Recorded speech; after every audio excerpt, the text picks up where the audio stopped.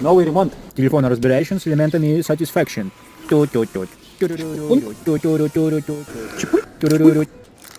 Тут дисплей опять не доставался, пришлось импровизировать.